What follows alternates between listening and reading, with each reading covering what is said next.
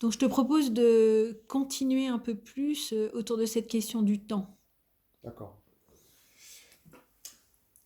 Alors, on a dit tout à l'heure que l'être humain existe aux deux niveaux.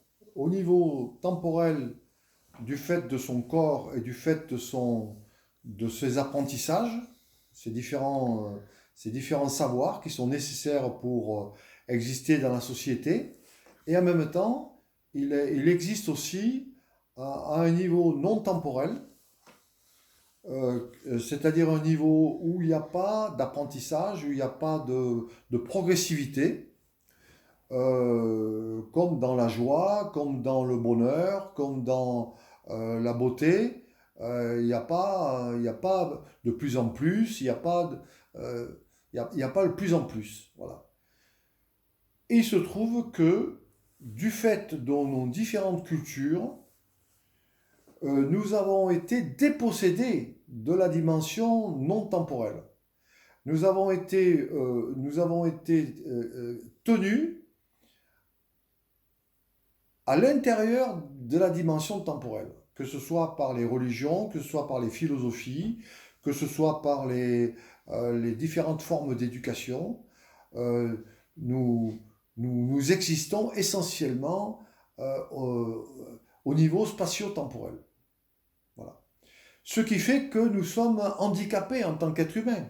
Il nous manque, il nous manque une aptitude. Tu vois, un peu comme si on est privé d'un sens, qu'on est sourd, on est muet ou on est aveugle. Il nous manque un sens. Bon, on est toujours un être humain, mais avec un sens en moins. Alors on va essayer de compenser, mais quand même on a un sens en moins. Un aveugle, ben, il est aveugle.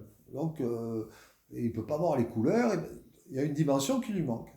Eh bien, l'être humain qui ne fonctionne, qui n'existe qu'au niveau spatio-temporel est handicapé. Voilà.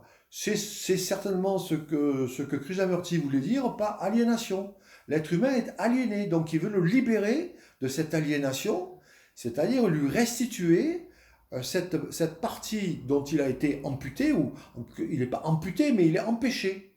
Un peu comme un oiseau est empêché de voler librement où il veut par la cage dans laquelle il est enfermé. Voilà. Alors, il y a différentes formes d'aliénation, différentes formes d'empêchement, mais l'être humain, lui, il est empêché psychologiquement. C'est-à-dire, du fait de son éducation, il ne, il n'a pas accès, sauf accidentellement, il n'a pas accès à à la dimension non temporelle. Voilà. Mhm. Alors que la dimension non temporelle est essentielle pour un être humain. Alors je dirais que c'est là le drame. Le drame humain, il est là parce que du fait de, du fait de cette aliénation, du fait de cette amputation, encore que non, on n'est pas amputé puisqu'on peut toujours le retrouver. Si on avait été amputé, Krishnamurti aurait parlé en pure perte.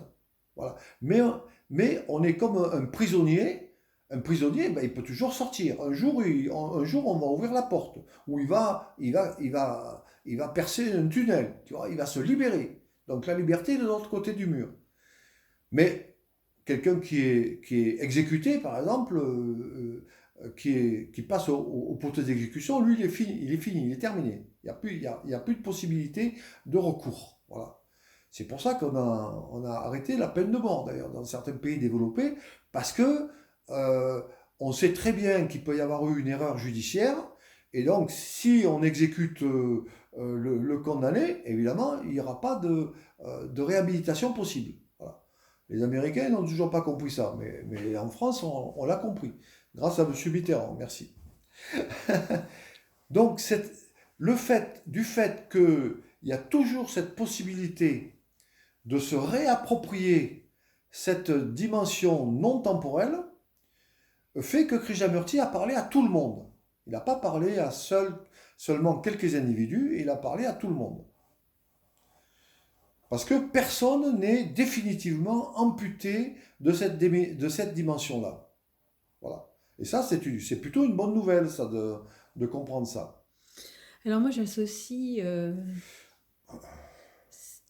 cette sortie en fait de l'espace-temps à ce qui se passe en hypnose quand la personne va être dans la lévitation et va commencer à entrer dans un lâcher-prise. Et parfois, ces personnes-là vont avoir accès à des informations qui vont les aider à avancer dans leur vie. Donc là, je ne vais pas rentrer dans des détails, mais c'est parfois possible dans ces états-là. Et ce que je constate, c'est que ça peut être des informations qui vont les aider à avancer, mais parfois ça peut être aussi avoir accès à des informations qui les amènent à régresser en fait dans le Oh, passé. ah, d'accord. Et du coup, c'est pas toujours, en tout cas en hypnose, c'est pas toujours des insights, si je puis D'accord. dire. C'est Et ça. là, ça me fait C'est ça. associer à C'est ce ça. travail-là.